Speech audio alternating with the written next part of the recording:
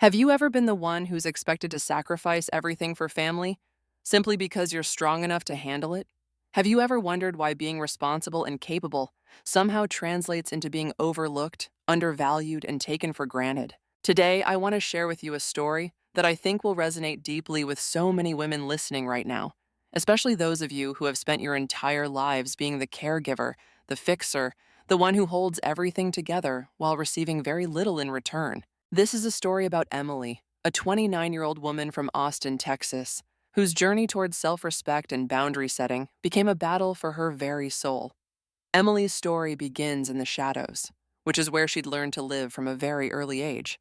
You see, Emily had an older sister named Sarah, who was 32 and had always been what you might call the golden child. Sarah was everything that parents dream of: charismatic, socially gifted, academically successful without really trying, and possessing that magical quality that seemed to make problems disappear with just a smile and a few well-chosen words. Emily, on the other hand, had been labeled as the responsible one, which in her family was code for the one who could be counted on to do all the hard work while someone else received all the recognition and rewards. Growing up in their suburban Texas home, the differences between the two sisters were made painfully clear at every opportunity. Sarah's birthday celebrations were elaborate affairs that resembled small festivals, complete with bounce houses, hired entertainers, and guest lists that seemed to include half the neighborhood. Emily's birthdays, by contrast, were quiet family dinners with store-bought cake and maybe a sleepover with one or two friends if she was lucky. When Christmas morning arrived, Sarah would unwrap the latest and greatest toys, electronics, and designer clothes,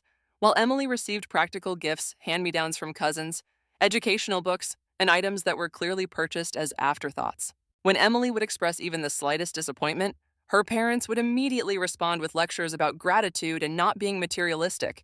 Yet somehow these same values never seemed to apply to Sarah's endless stream of expensive presents. The message was clear from the beginning. Emily was expected to be grateful for less because she was somehow less deserving of investment, attention, and care. Her parents justified this disparity with explanations that made it seem like they were actually doing Emily a favor by treating her differently. They would say things like, "You don't need all that fancy stuff," or "You're more mature than Sarah. You understand that money doesn't buy happiness."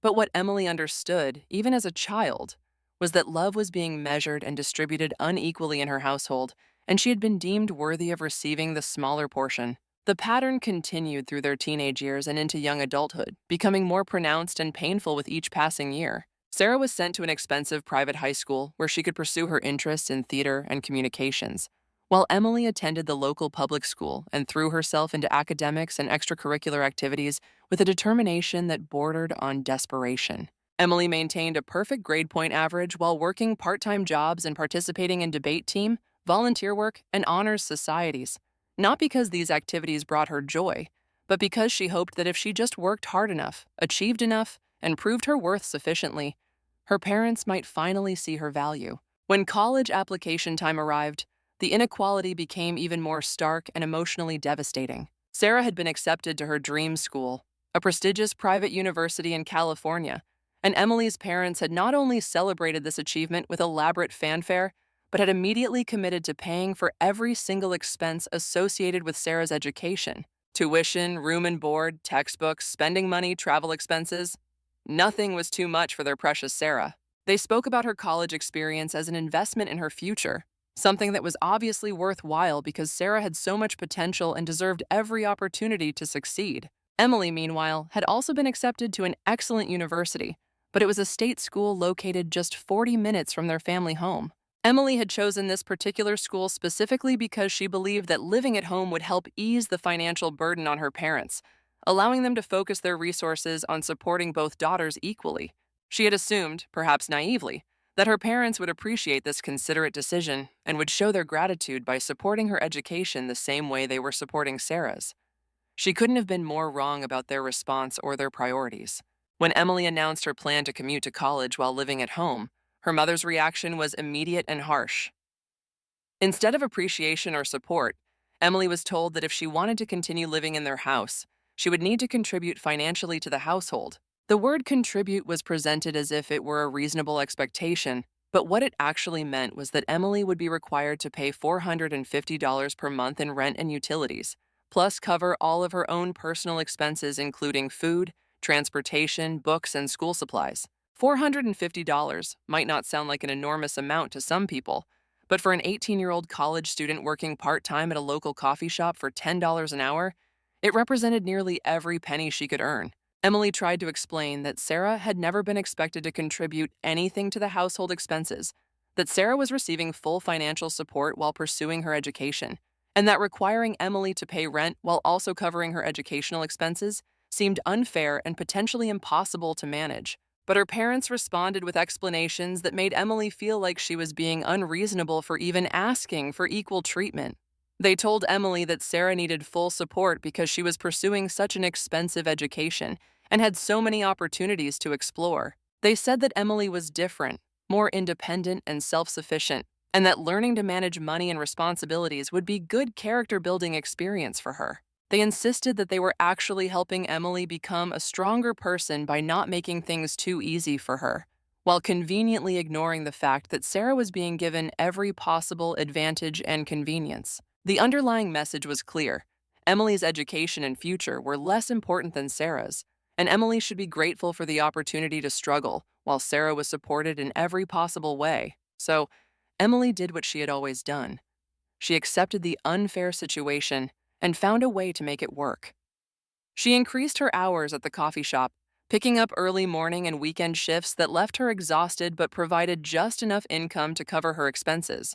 She learned to survive on very little sleep, often studying late into the night after closing the coffee shop and then waking up early to open it the next morning. She watched her classmates enjoy typical college experiences, going out for dinner, joining clubs and organizations, participating in social activities, while she counted every penny and made every decision based on what she could afford, rather than what she actually wanted to do.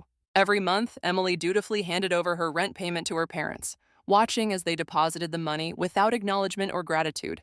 Meanwhile, she knew that these same parents were sending Sarah hundreds of dollars each month for spending money, shopping trips, and whatever other expenses arose in Sarah's comfortable college life. Emily ate ramen noodles and peanut butter sandwiches for lunch, while Sarah complained in family phone calls about the dining hall food not meeting her standards. Emily bought used textbooks and borrowed others from the library, while Sarah received unlimited funding for new books, supplies, and even redecorating her dorm room multiple times throughout the year. The emotional toll of this situation was devastating, but Emily learned to internalize her pain and frustration rather than continue fighting battles that she couldn't win. She began to believe that maybe her parents were right. Maybe she really was different.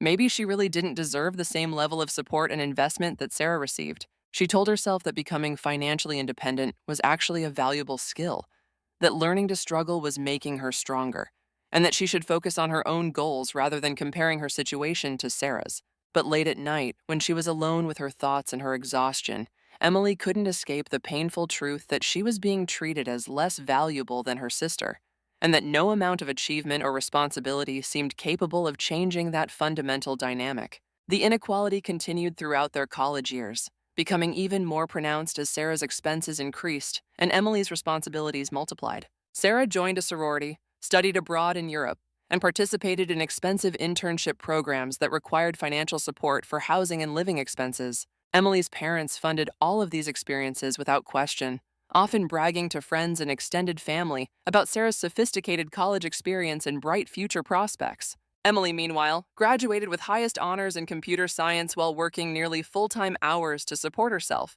But her achievements were acknowledged with casual comments like, "Well, Emily's always been smart. She doesn't need as much help as other people." When graduation time arrived, the disparity in celebration and recognition was painful enough to create lasting emotional wounds. Sarah's graduation was treated like a major family milestone, with elaborate parties, expensive gifts, and extended family members traveling from across the state to celebrate her achievement. Emily's graduation was acknowledged with a family dinner at a mid-priced restaurant and comments about how they didn't want to make too much of a fuss because Emily had always been humble and wouldn't want a big production made over her accomplishments. The irony was that Emily had actually achieved far more than Sarah academically and professionally, but her successes were consistently minimized, while Sarah's more modest achievements were celebrated as if they were extraordinary accomplishments. Sarah had graduated with a communications degree and a grade point average that was respectable but not remarkable, yet she was treated like a conquering hero. Emily had graduated summa cum laude with a challenging technical degree and had already secured a well-paying job in her field. But her family acted like these achievements were exactly what they had expected, and therefore not worthy of special recognition or celebration. After college, Emily moved into her own apartment as quickly as financially possible, desperate to escape the toxic dynamic that had defined her entire childhood and adolescence. She threw herself into her new job and began building an independent life that was entirely her own creation. For the first time in her life, Emily was able to make decisions based on her own preferences and priorities, rather than constantly considering how her choices might affect other people's expectations or convenience. She worked hard, saved money carefully, and began to experience the satisfaction that comes from true self-determination and personal achievement. Meanwhile, Sarah married David, a 34-year-old man who had a pattern of changing jobs frequently and always seemed to have explanations for why his career setbacks were never really his fault. Emily's parents immediately embraced David as a son-in-law, despite his obvious shortcomings and the financial instability that he brought to Sarah's life. When Sarah and David began having financial difficulties, Emily's parents were always ready with loans, gifts, and assistance that was never expected to be repaid. When Sarah and David had 3 children, Oliver, who was now 7 years old, Emma, who was 6, and little Benjamin, who was 3, Emily's parents transformed into devoted grandparents who provided free babysitting, expensive gifts, and unlimited emotional and financial support. Emily watched from a distance as her parents continued to prioritize Sarah's family above all other considerations, including Emily's own needs and feelings. When Sarah and David's car broke down, Emily's parents immediately purchased them a newer, more reliable vehicle. When Sarah complained about the stress of managing 3 young children, Emily's parents began providing weekly childcare so that Sarah and David could have regular date nights and personal time. When Sarah and David wanted to take family vacations that they couldn't afford, Emily's parents either paid for the trips directly or provided interest-free loans that everyone understood would never actually be repaid. Emily tried to tell herself that she was over the childhood favoritism, that she had built her own life and didn't need her parents' support or approval anymore. But watching the endless flow of assistance and attention directed towards Sarah's family, while her own accomplishments and milestones continued to be overlooked, was a constant reminder that the family dynamic hadn't really changed at all. Emily was still the responsible one who was expected to take care of herself, while Sarah was still the beloved daughter who deserved to be protected from any inconvenience or struggle. This situation continued for several years, with Emily maintaining cordial but distant relationships with her family members, while focusing on her own personal and professional development. Emily had learned not to share too many details about her life with her parents, partly because they showed little genuine interest in her experiences, and partly because any good news from Emily seemed to remind them of areas where Sarah and David might need additional help or support. It was easier to maintain superficial relationships and keep her real life private than to constantly navigate the emotional minefield of family interactions that centered entirely around Sarah's needs and wants. Emily had been quietly saving money for years, dreaming of the day when she could purchase her own home and create a space that was entirely her own. She had been living in a small apartment that was overpriced for what it offered, but she had maintained careful control over her expenses and had managed to accumulate a substantial down payment for a house. She had spent countless weekends looking at properties, researching neighborhoods, and preparing for what would be the biggest financial decision of her life. She was finally ready to take this major step toward building the future that she wanted for herself. The decision to keep her house hunting activities secret from her family wasn't made out of malice or spite, but rather from a deep understanding of how her family operated. Emily knew that if she mentioned her plans to purchase a home, the conversation would immediately shift from her needs and preferences to how her new house could be used to solve various problems in Sarah's life. Emily wanted to experience the joy and excitement of this major milestone without having to defend her choices or justify why she was putting her own needs first for once in her life. Unfortunately, keeping secrets in a small community proved to be more difficult than Emily had anticipated. A colleague from work, someone who had always been curious about other people's business and enjoyed sharing gossip, somehow learned about Emily's house hunting activities and mentioned it to someone else who turned out to be connected to Sarah's social circle.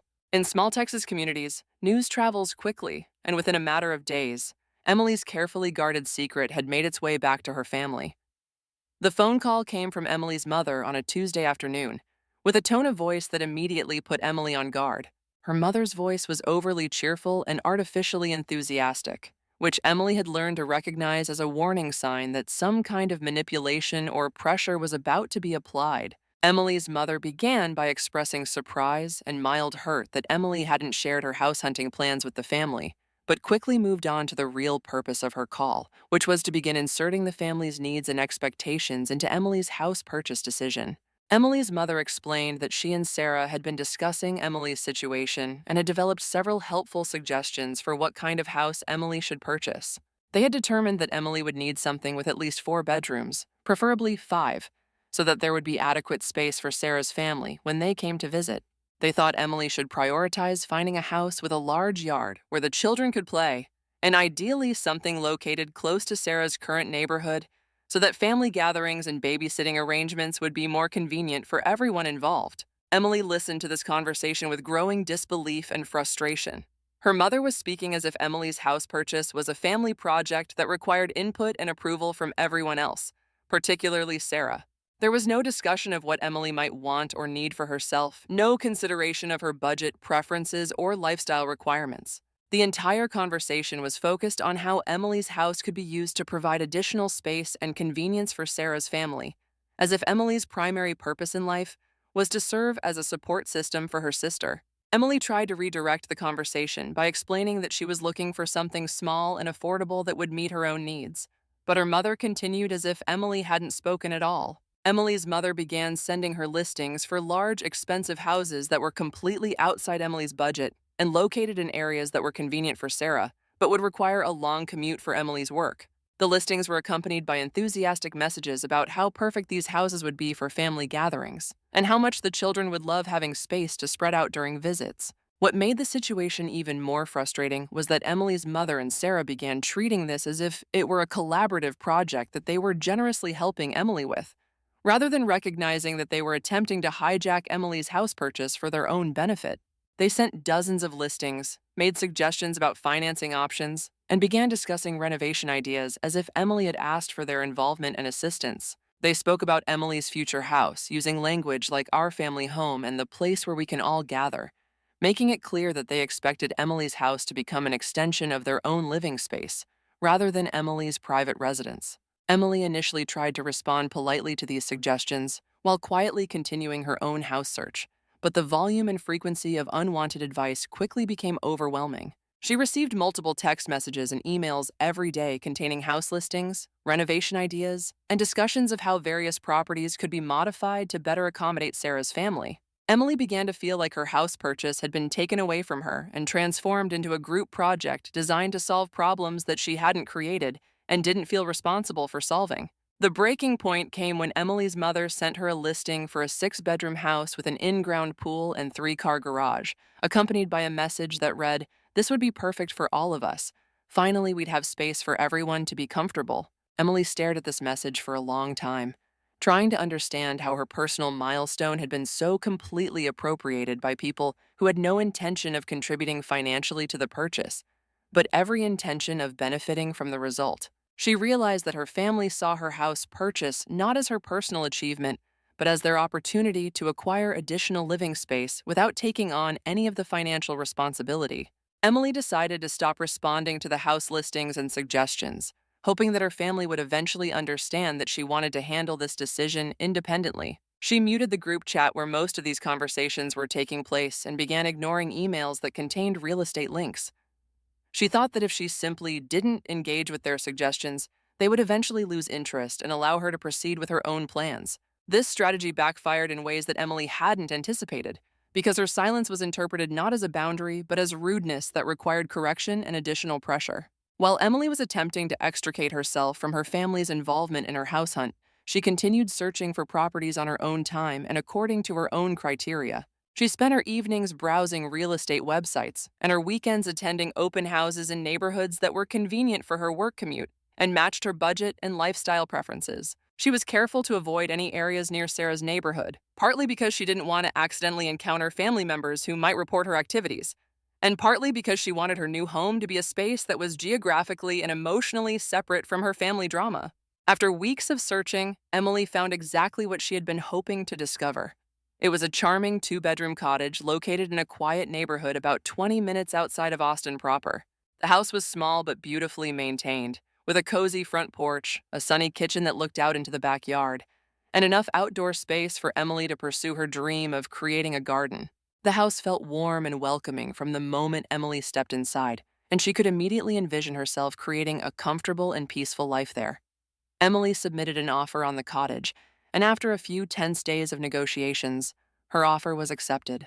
The feeling of accomplishment and joy that Emily experienced when she received the acceptance call was unlike anything she had ever felt before. For the first time in her life, Emily was achieving something major that was entirely her own, without input, assistance, or interference from anyone else. She had saved the money, found the house, negotiated the purchase, and secured the financing all by herself.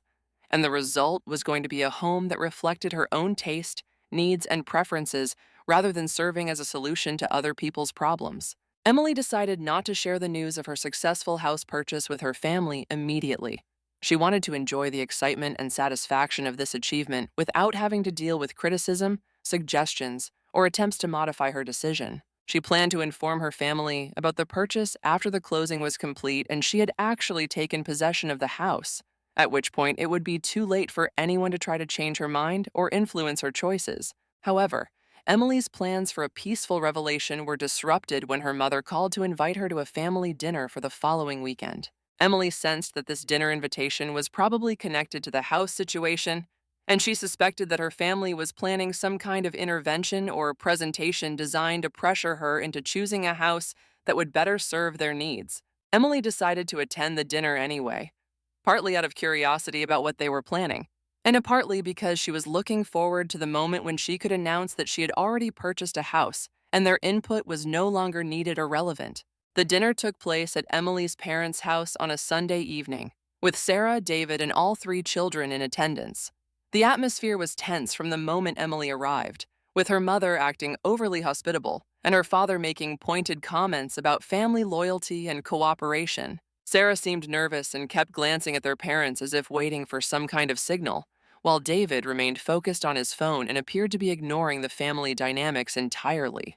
The children were cranky and overstimulated, which added to the chaotic energy that filled the house. During dinner, the conversation started with typical small talk about work, weather, and local news, but Emily could sense that everyone was building up to something more significant. Sarah began complaining about their current living situation, describing how cramped their apartment had become now that Benjamin was getting older and needed more space. She talked about how difficult it was to manage three children in such a small space, and how the lack of a yard was limiting the children's opportunities for outdoor play and exercise. Emily listened to these complaints with growing suspicion, knowing that this was probably leading up to some kind of request or demand that would involve Emily's house purchase. Emily's suspicions were confirmed when her mother cleared her throat in the dramatic way that always preceded major family announcements.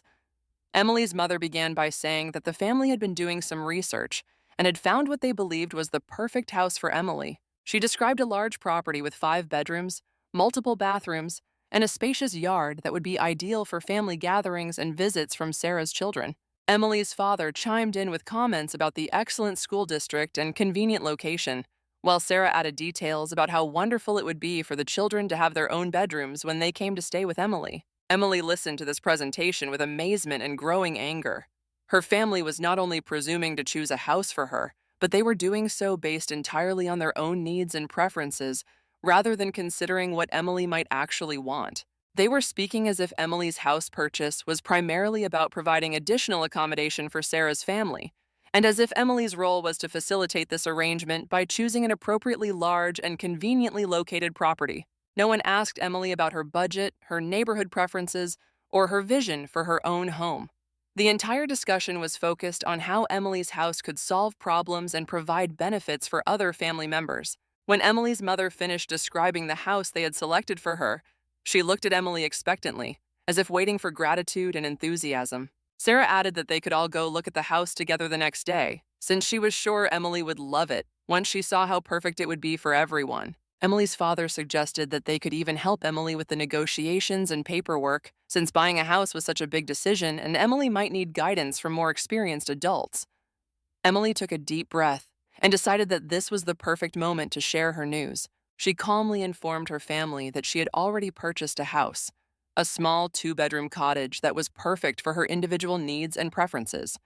The reaction was immediate and dramatic. Emily's mother's face went pale.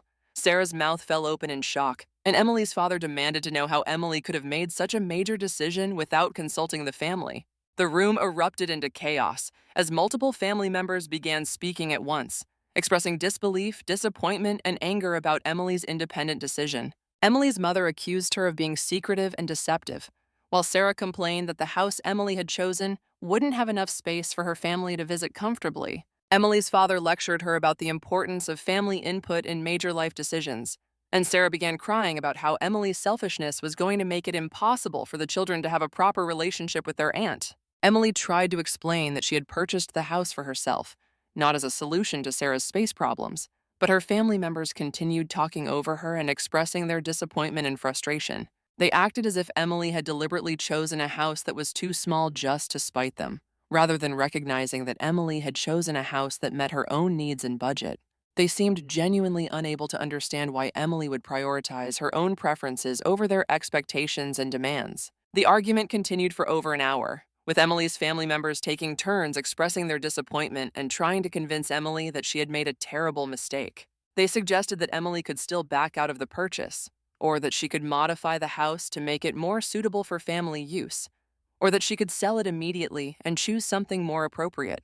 Throughout this discussion, no one congratulated Emily on her achievement or expressed any happiness about her milestone. The entire focus remained on how Emily's decision had failed to serve other people's needs and expectations. Emily finally reached her breaking point and announced that she was leaving. She gathered her belongings and headed for the door while her family members continued their protests and attempts to convince her to stay and continue the discussion. Emily's mother followed her to the door, making final attempts to guilt Emily into reconsidering her decision by talking about how hurt and disappointed the family was by Emily's choices. Emily responded by telling her mother that she was done apologizing for putting her own needs first and that her family would need to find other solutions to their space and financial problems. Emily drove home that night feeling emotionally drained, but also strangely relieved. For the first time in her adult life, she had clearly and directly stood up to her family's manipulative behavior and refused to allow their expectations to override her own needs and preferences. She had purchased a house that was perfect for her own life and goals, and she was not going to allow anyone else's disappointment or criticism to diminish her sense of accomplishment and satisfaction. However, Emily's relief was short-lived because her family's response to her independence was swift and aggressive. Within hours of the dinner confrontation, Sarah had posted multiple photos on social media showing her children crowded into their small apartment bedrooms, with captions that talked about how sad it was when family members had resources but chose not to help each other. Emily's mother shared these posts with her own comments about the importance of family loyalty and how disappointing it was when people forgot where they came from. These posts were designed to generate sympathy for Sarah and to portray Emily as selfish and uncaring, without providing any context about the years of unequal treatment that had led to this situation. The social media campaign was effective in generating exactly the kind of response that Emily's family had hoped for. People who didn't understand the full situation began commenting about how heartless it was for Emily to refuse to help her sister's family, and how family members should always support each other during difficult times. Some of these comments found their way back to Emily's workplace, where colleagues began asking her about the situation and expressing surprise that she would be unwilling to help her sister with housing problems when she clearly had the resources to do so. Emily found herself in the uncomfortable position of having to defend her decision to prioritize her own needs without being able to fully explain the years of favoritism, manipulation, and emotional abuse that had preceded this conflict. She couldn't tell her coworkers about growing up as the less favored child, or about being expected to pay rent while her sister received full financial support, or about watching her achievements be minimized while Sarah's modest accomplishments were celebrated. These details would have provided important context for her current decision, but sharing them would have required Emily to reveal personal family information that felt too private and painful to discuss with casual acquaintances. The social media attacks and workplace gossip were emotionally exhausting, but Emily was determined not to let other people's opinions change her mind about a decision that she knew was right for her life. She had worked hard to save money for her house purchase, had chosen a property that fit her needs and budget, and had achieved a major life goal entirely through her own efforts. She wasn't going to allow guilt trips and manipulation tactics to convince her to give up her dream home in order to solve problems that other adults should be handling themselves. Emily's determination to maintain her boundaries was tested again a few days later when her mother appeared at her apartment unannounced, carrying a homemade pie and wearing an expression of exaggerated concern and affection. Emily's mother explained that she had come to apologize for the family's reaction to Emily's house purchase and to express how proud she was of Emily's independence and accomplishment. She talked about how she had been reflecting on the situation and had realized that the family had been wrong to pressure Emily about her house choice. Emily was initially cautious about this apparent change in her mother's attitude, but she decided to give her mother the benefit of the doubt and invited her into the apartment. Emily's mother spent considerable time admiring Emily's current living space and asking detailed questions about Emily's moving timeline and house preparation activities. She seemed particularly interested in Emily's security arrangements, asking about locks, alarm systems, and Emily's daily schedule.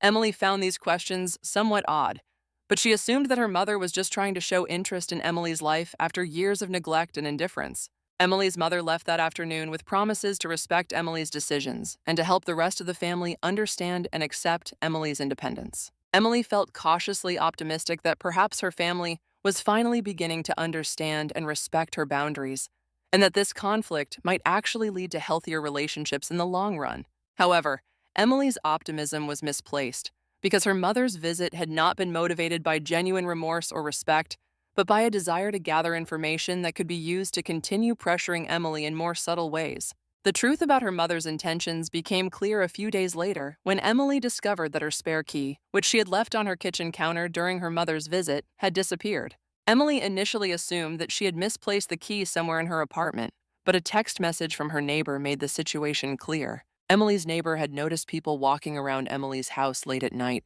looking in windows and trying door handles, and had wanted to make sure that Emily was aware of this suspicious activity. Emily immediately contacted a locksmith to have all of her locks changed, and she began making plans to install a comprehensive security system as soon as possible. She realized that her family's apparent acceptance of her boundaries had been fake, and that they were now engaging in increasingly desperate and inappropriate behavior in their attempts to access her house and continue their manipulation efforts. Emily's father left her a voicemail that evening that made his intentions clear.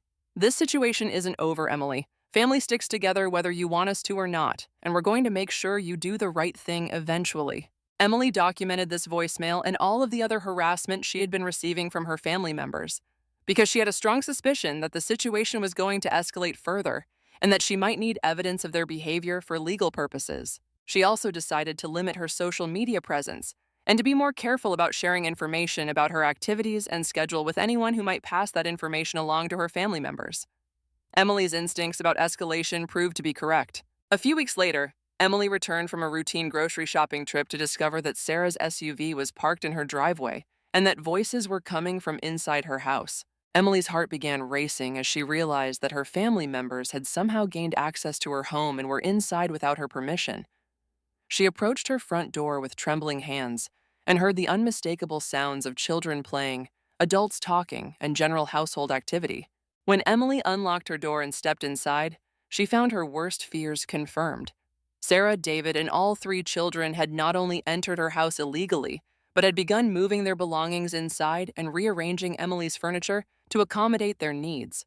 Oliver and Emma were playing in Emily's living room with toys and snacks scattered across her furniture, while Benjamin was crawling around on Emily's floor with one of her decorative pillows in his mouth. David was in Emily's kitchen, going through her refrigerator and cabinets as if he lived there, and Sarah was in Emily's sunroom, moving Emily's carefully arranged furniture and decorating as if she were preparing for a long-term stay. When Sarah noticed Emily standing in the doorway, she looked up casually and explained that they had decided it would be easier to move in while Emily was out running errands. Sarah acted as if this was a reasonable and normal decision, rather than recognizing it as breaking and entering and theft. She explained that Emily's mother had given them another copy of Emily's original key, and that they really needed the space that Emily's house could provide. Sarah pointed out that Emily's house was much larger and more comfortable than their current apartment, and that it would be better for everyone if they all lived together and shared resources. Emily stood in her own living room, looking at the chaos and destruction that her family had created in just a few hours, and realized that they had no intention of respecting any boundaries she might set. They had decided that Emily's house belonged to them as much as it belonged to her, and they were prepared to take physical possession of the property regardless of Emily's feelings or legal rights. Emily took out her phone and dialed 911, while Sarah watched in disbelief and asked if Emily was really going to call the police on her own family. When the police officers arrived, Sarah and David attempted to explain that this was just a family disagreement rather than a criminal matter. They insisted that they weren't really breaking and entering because they were family members and had obtained a key from Emily's mother. The officers explained that family relationships didn't give anyone the right to enter someone else's property without permission, and that Emily had the legal right to decide who was allowed in her house and under what circumstances. Sarah began crying and claiming that she hadn't realized that taking possession of Emily's house was such a serious issue, while David muttered complaints about Emily being selfish and unwilling to help her family during a difficult time. The officers instructed them to gather their belongings and leave the property immediately, and they warned that any future attempts to enter Emily's house without permission would result in arrest and prosecution. Sarah and David collected their children and possessions, but not before taking several items from Emily's kitchen cabinets that they claimed they had assumed they would be able to use. After her family members left, one of the police officers asked Emily if she wanted to press charges for the break-in and theft. Emily considered this option carefully, weighing her desire to protect herself against her reluctance to involve her family members in the criminal justice system. She ultimately decided not to press charges, but she made it clear that if there were any future incidents, she would not hesitate to pursue legal action.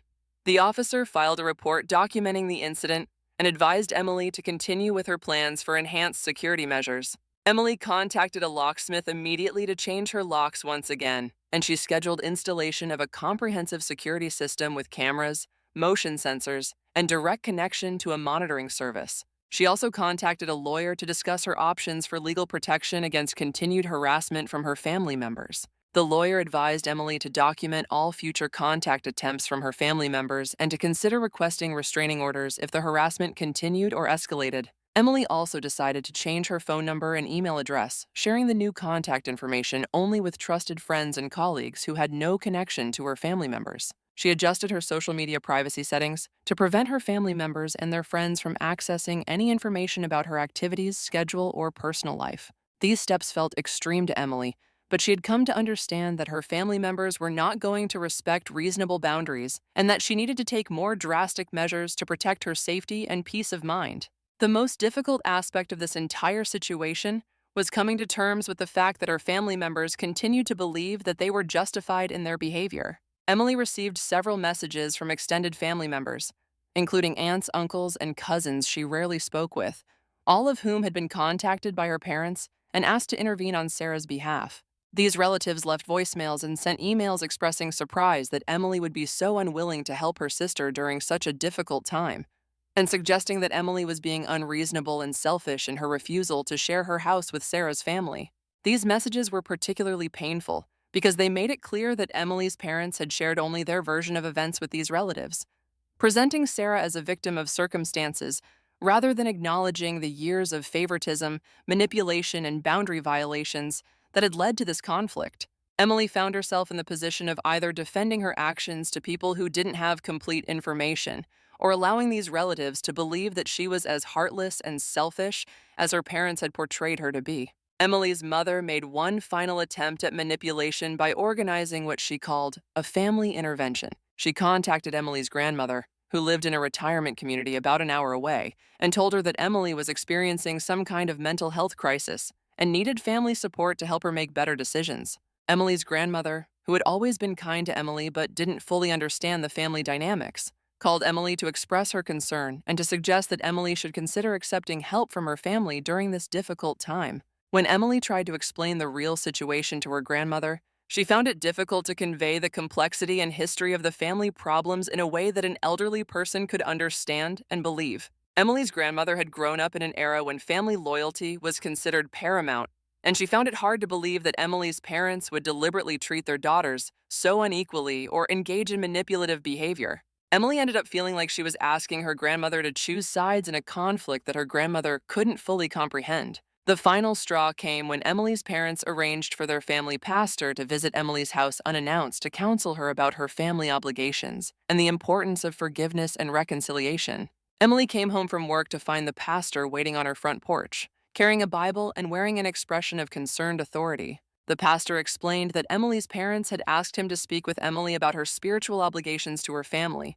and he began lecturing her about the biblical commandments related to honoring parents and caring for family members in need. Emily listened politely to the pastor's prepared speech about family values and Christian duty, but she became increasingly angry about the way her parents had manipulated a religious authority figure into participating in their harassment campaign. The pastor had obviously been given only her parents' version of events, and he was speaking as if Emily's decision to maintain boundaries was equivalent to abandoning her Christian faith and values. Emily eventually interrupted the pastor's lecture and explained that she had not requested spiritual counseling, that she was an adult capable of making her own moral decisions, and that she would appreciate it if he would not participate in her parents' attempts to manipulate her through religious guilt.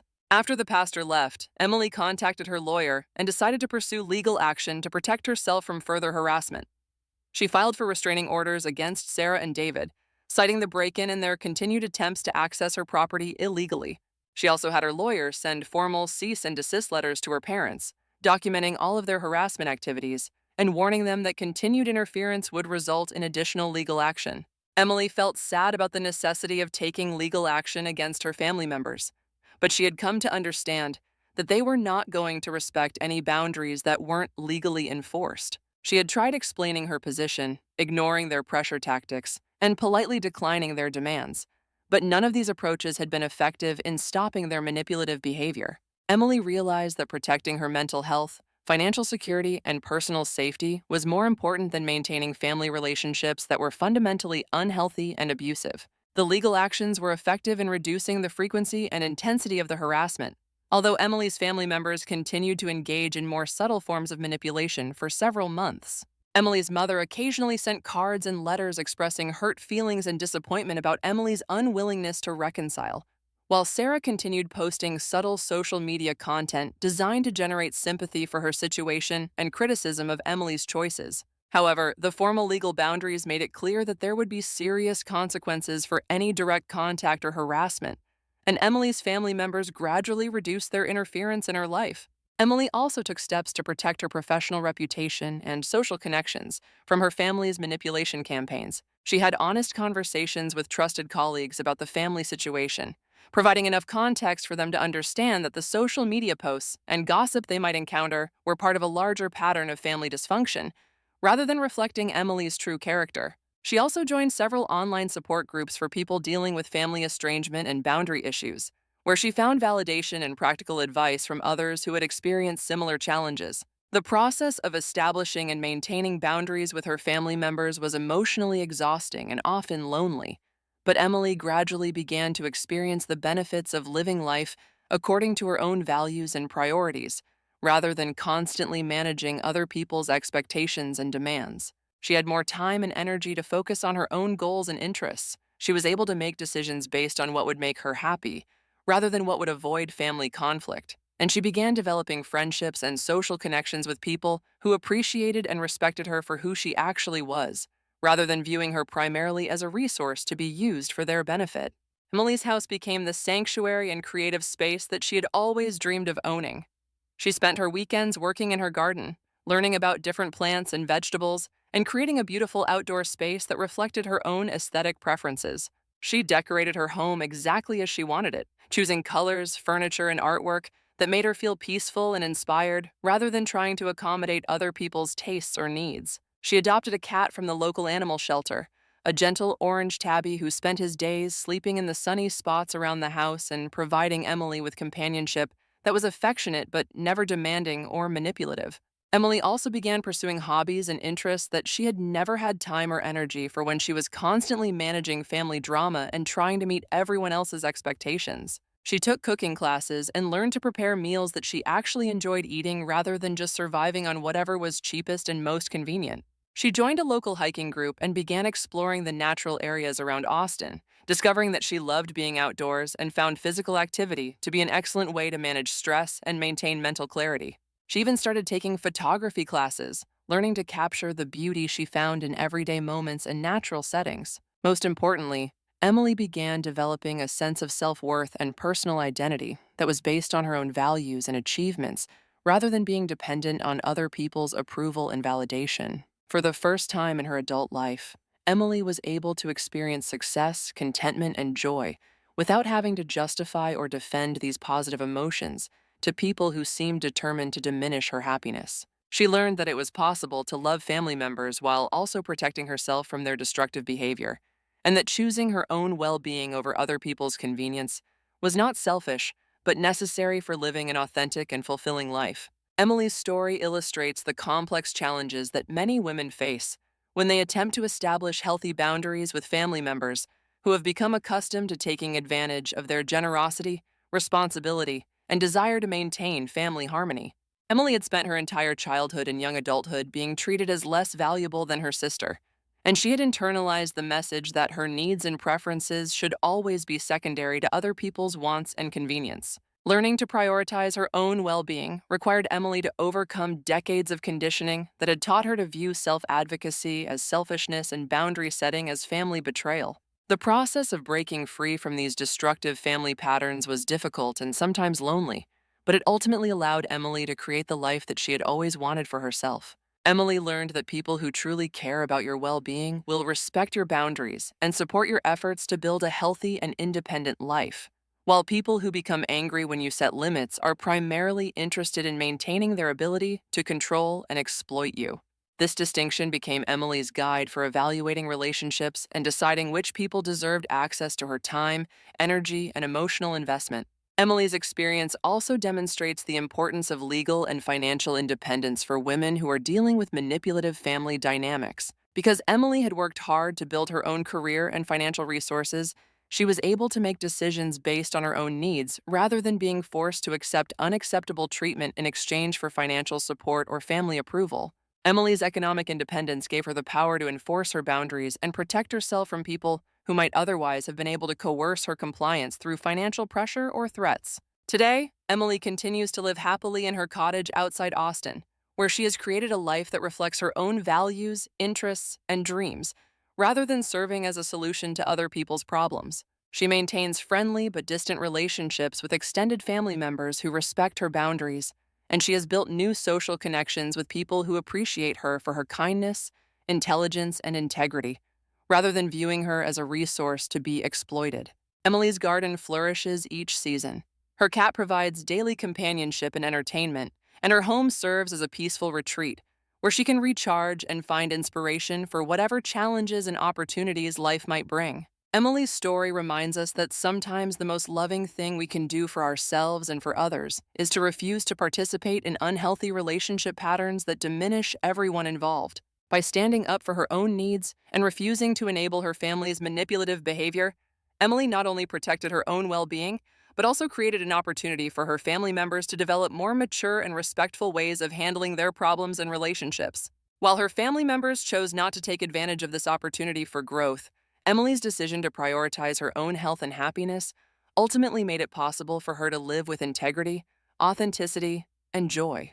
For those of you listening who recognize elements of your own family dynamics in Emily's story, please know that you are not alone in struggling with these challenges, and that it is possible to create healthy boundaries even when doing so feels scary or difficult.